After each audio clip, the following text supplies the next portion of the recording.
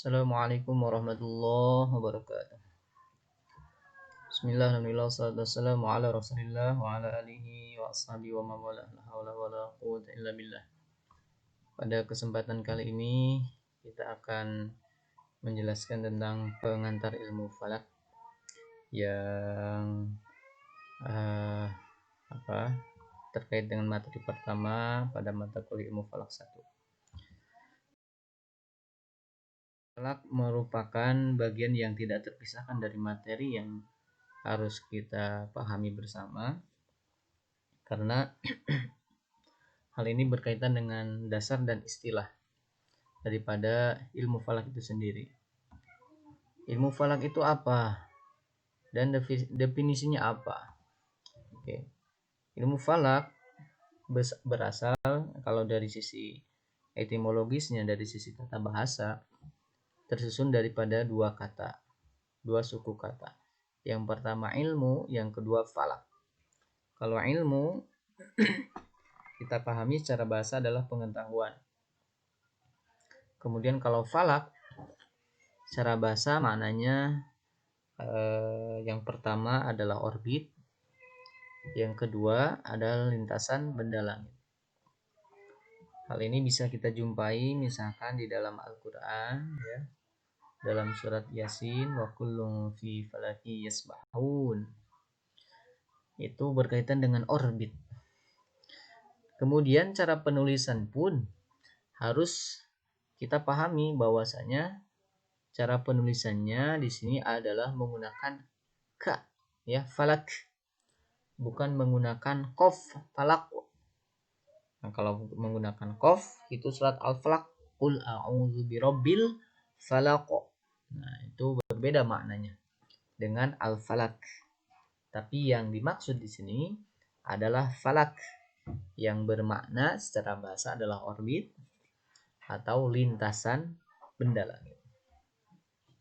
Kemudian kalau secara istilah, ilmu falak ini diartikan sebagai ilmu yang mempelajari lintasan benda-benda langit dengan tujuan untuk diketahui posisinya sebagai tanda waktu di bumi. Dengan ilmu ini maka kita akan mengetahui posisi bulan untuk awal bulan Ramadan. Dengan ilmu ini kita akan mengetahui posisi bulan sebagai tanda masuknya tanggal baru pada bulan Hijriah. Kemudian dengan ilmu ini pun kita akan mengetahui posisi matahari untuk tanda masuknya awal waktu sholat. Awal waktu sholat zuhur, awal waktu sholat asar, awal waktu sholat yang lainnya, termasuk awal waktu sholat sunnah. Seperti apa? Seperti awal waktu sholat duha. Itu bisa kita tentukan posisi matahari untuk awal waktu sholat duha. Sekira 4 derajat 30 menit, kemudian dihitung sudut waktunya, kemudian dimasukkan elemen-elemen yang lainnya, ya, seperti nilai deklinasinya masuk, nilai perata waktu masuk, nilai waktu daerah masuk, sehingga membentuk sebuah waktu untuk awal waktu duha. Begitu juga dengan yang lainnya. Nah, disinilah yang menjadi salah satu tujuan, ya, daripada ilmu falak. Secara istilah tadi disampaikan bahwasanya ilmu falak itu adalah ilmu yang mempelajari lintasan benda-benda langit dengan tujuan untuk diketahui posisinya sebagai tanda waktu di bumi. Kalau dikaitkan dengan agama kita, yaitu secara spesialis berkaitan dengan waktu-waktu di bumi yang berkaitan dengan ibadah kalau secara spesialis. Kenapa demikian? Karena ilmu falak itu, atau dengan ilmu falak kita akan mengetahui posisi matahari untuk awal zuhur. Tujuannya adalah apa? Ibadah. Kita akan mengetahui kapan matahari melintasi garis Ka'bah, garis kiblat untuk suatu tempat, tujuannya adalah ibadah. Kapan matahari pas berkulminasi di atas Ka'bah, tujuannya adalah untuk ibadah. Dan lain sebagainya. Nah, itulah yang menjadi pembeda dengan yang lainnya. Dengan yang lain yang mana maksudnya? Nah, kan ada yang namanya ilmu astronomi. Kalau ilmu astronomi kita ketahui sama pembahasannya, namun dia lebih global. Ada Bima Sakti atau galaksi ya. Kemudian ada gugusan bintang yang sama-sama dipelajari. Tapi dalam ilmu falak pada saat kekinian tidak saja yang dipelajari adalah lintasan benda-benda langit yang secara khusus berkaitan dengan masalah-masalah ibadah seperti matahari, bulan, kemudian bumi. Itu saja tidak. Karena pada saat ini ilmuwan atau cendekiawan muslim diantaranya yang ada di Indonesia pun sudah menggeluti walaupun secara background awal mulanya adalah untuk ilmu falak, tetapi berkembang sehingga berkembanglah ilmu tentang astrofisika, astrofotografi yang senantiasa melakukan pemotretan terhadap benda-benda langit, terhadap gugusan bintang dan lain sebagainya. Itu perkembangannya. Apa dasarnya yang bisa kita jumpai di dalam Al-Quran berkaitan dengan ilmu falak ini? Setidaknya bisa kita lihat dalam surah Yunus ayat 5, Allah berfirman, "Wallazi ja'ala asy-syamsa diya'a." Ini mohon maaf, typo ini. Ini settingannya belum dibenerin. Al-Qur'annya ya, tolong dilihat Al-Qur'annya dalam Al-Qur'an. Allah berfirman, "Huwallazi ja'ala asy-syamsa diya'an wal qamara nuran wa qaddarahu manazila lita'lamu 'adadas sinina wal hisab. Ma khalaqallahu dzalika illa bil haqq. Yufassilul ayati liqaumin ya'lamun." Ini karena settingan tidak bagus sehingga tanwinnya berubah. Tolong dilihat yang benar ya. Ini dalam surat Yunus. Esensinya apa? Esensinya bahwasanya Allah yang telah menjadikan matahari bersinar, bulan bercahaya, kemudian dari keduanya itu ditetapkan manzilah garis edarnya sehingga tidak pernah bertabrakan antara satu dengan yang lain. Untuk apa? Kegunaannya adalah lita'lamu 'adadas sinina wal hisab. Untuk mengetahui bilangan tahun dan perhitungan. Dan ini sudah Allah tetapkan. Artinya, ketika kita menggunakan bulan sebagai penentu waktu, matahari sebagai penentu waktu, itu artinya kita mengamalkan sunnatullah. Allah telah menjelaskan matahari dan bulan untuk perhitungan tahun, untuk perhitungan tanggal, kemudian kita gunakan, maka kita mengikuti yang Allah perintahkan, yang Allah anjurkan. Nah, begitu ya. Itu landasannya. Kemudian yang berikutnya di antaranya surat Yasin ayat 37 sampai dengan ayat 40. Allah menyampaikan di dalam surat Yasin, a'udzubillahi minasyaitonirrajim. Nah, ini juga mohon maaf ini ayat Al-Qur'annya tipe, tolong diperbaiki. Wa ayatul lahumul lailu naslakhu minhun nahar fa idzahum muzlimun wasyamsu tajri limustaqarrin laha dzalika taqdirul azizil alim wal qamara qaddarnahu manazila hatta حتى عاد كالعرجون القديم لا الشمس ينبغي لها أن تدرك القمر ولا الليل سابق النهار وكل في فلك يسبحون. Al-ayah. Di antara kebesaran Allah yang terdapat di alam semesta itu adalah mengganti malam dengan siang dan mengganti siang dengan malam. Kalau kita pahami ayat-ayat Allah itu secara global terdiri daripada dua. Yang pertama adalah ayat qauliyah, yang kedua adalah ayat kauniyah. Kalau ayat qauliyah berasal dari qala yaqulu qaulan, artinya firman Allah yang termaktub di dalam Al-Qur'an itu adalah ayat qauliyah. Kemudian yang kedua ayat kauniyah, asal katanya kana yakunu kaunan, yang artinya ada. Itu artinya ayat-ayat Allah yang tersurat di dalam atau di alam semesta, mulai dari tumbuhan sampai dengan hewan yang bisa bergerak.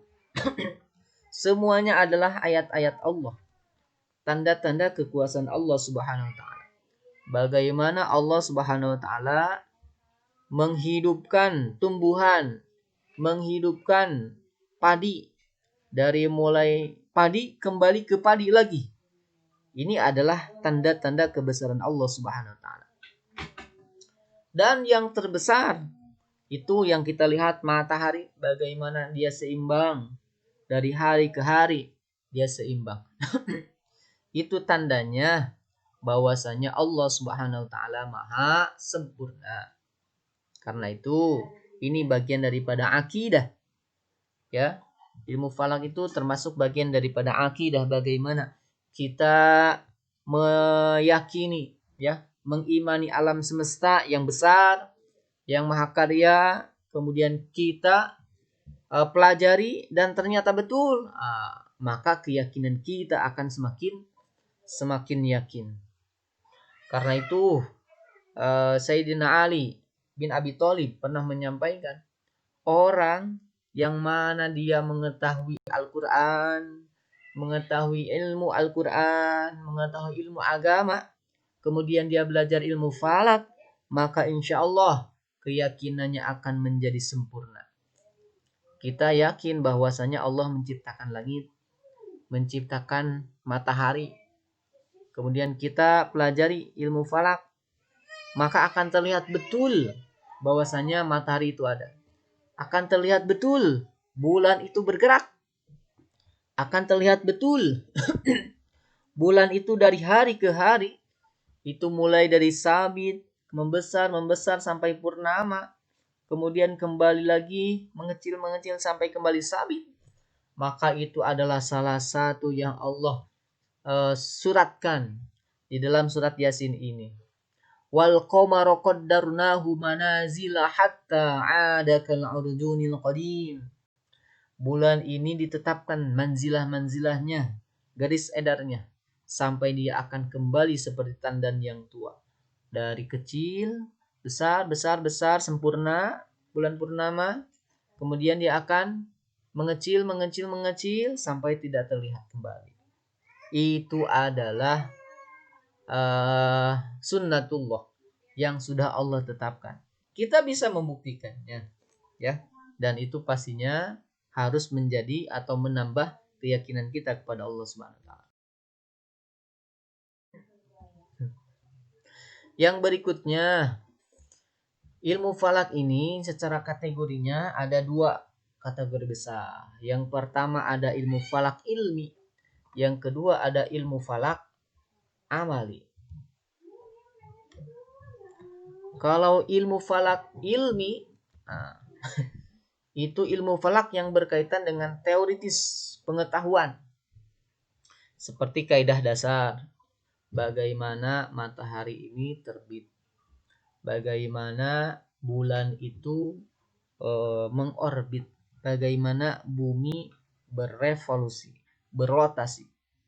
Kemudian teori-teori umum, pendapat ulama, kaidah umum, perhitungan. Nah, itu adalah termasuk falak ilmi. Yang kedua ada falak amali.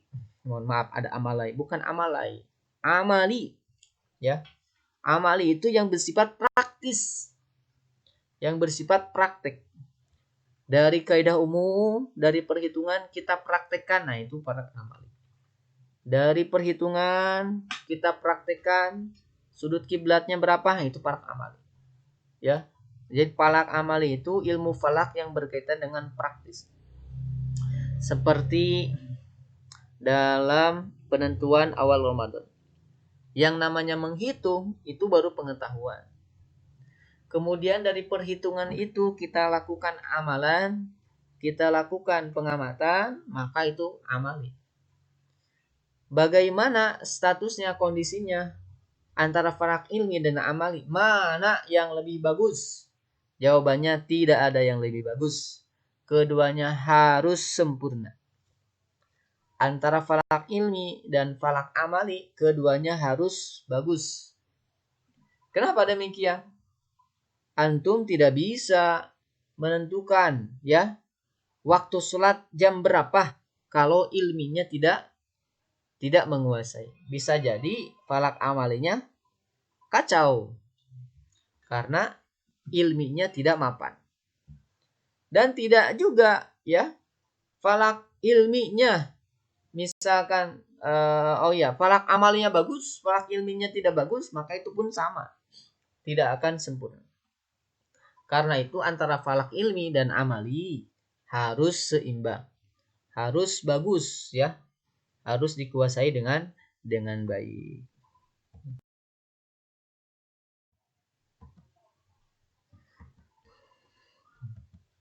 Kemudian ilmu falak kalau dilihat dari objeknya itu adalah benda langit. Kemudian tujuan diketahuinya itu sebagai dasar waktu ibadah dan yang berkaitan dengan ibadah. Kemudian, nah ini sebetulnya komparasi ya antara ilmu falak, astronomi dan astrologi. Kemudian astronomi objeknya, objek pengetahuannya atau objek kajiannya itu adalah benda langit, sama-sama benda langit. Tujuannya diketahui sebagai ilmu pengetahuan dan kemanfaatan umum. Kemudian yang ketiga ada astrologi, karena astrologi ini suka dikait-kaitkan dengan ilmu falak atau ilmu astronomi. Objeknya apa? Sama benda langit. Tujuannya apa? Diketahui sebagai dasar untuk mengetahui pengaruhnya terhadap nasib seseorang. Misalkan ada Sagittarius, ada Leo dan seterusnya. Dikaitkan dengan dengan kemujuran seseorang. Nah, ini udah kategorinya musyrik. Kategorinya di luar akidah. Harusnya bagaimana? Karena kita sebagai muslim yang baik, kita mengetahui bahwa Allah yang menentukan segala sesuatu. Dan bahkan mengadu nasib dengan sesuatu atau dengan anak panah ya dalam Al-Qur'an itu adalah perbuatan yang dilarang, dosa besar. Karena itu berkaitan dengan ilmu falak, kalaupun ada yang berkaitan dengan astrologi, kita jadikan sebagai pengetahuan saja, bukan untuk sebagai akidah, bukan. Maksudnya bagaimana? Maksudnya begini, ketika misalkan ada ramalan berkaitan dengan bintang A, kemudian dan itu betul, maka hakikatnya Allah yang menentukan, bukan bintangnya, dan bintang mah nggak bisa apa-apa, ya, nggak bisa apa-apa. Tetapi yang menjadi penentu adalah Allah Subhanahu Wa Taala. Itu mah hanya kebetulan saja. Nah, itu sekitar dengan pengantar ilmu falak. Apa saja objek besarnya ilmu falak itu? Secara umum ada 4 bahasan pokok. Yang pertama berkaitan dengan arah kiblat, yang kedua berkaitan dengan waktu sholat, yang ketiga tentang penentuan awal bulan Hijriah, yang keempat tentang gerhana matahari dan bulan.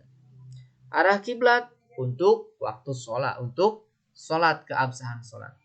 Waktu sholat, nah udah jelas ya, orang itu sholat harus pada waktunya.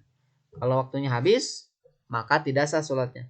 Kalau belum masuknya waktu sholat, sama belum sah atau tidak sah sholat. Sholat zuhur tidak bisa dilaksanakan sebelum zuhur. Sholat asar tidak bisa dilaksanakan di waktu zuhur kecuali sholat yang dijamak. Ya, artinya bagi orang yang hadir, bagi orang yang tidak kemana-mana yang normal, tidak bisa sholat asar pada waktu sholat zuhur. Karena itu penting bagi kita untuk mengetahui awal waktu sholat dengan tepat. Awal bulan Hijriah juga sama. Bahkan Rasulullah SAW melarang orang yang berpuasa dalam keadaan waktunya waktu yang ragu-ragu. Apakah ini tanggal 1 atau bukan? Tanggal 1 atau belum? Tanggal 1 atau belum? Maka harus yakin. Tanggal 1 ya udah puasa. Yakin tanggal 1.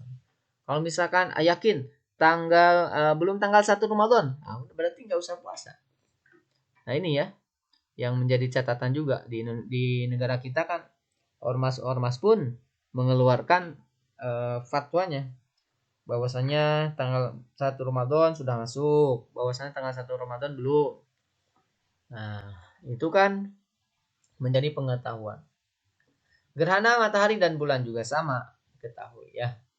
Semuanya berkaitan dengan ibadah. Gerhana disunahkan kita sholat sunnah gerhana. Nah, gitu.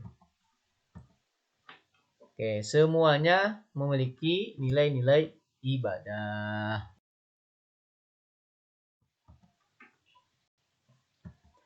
Bagaimana hukumnya untuk mempelajari ilmu falak ini?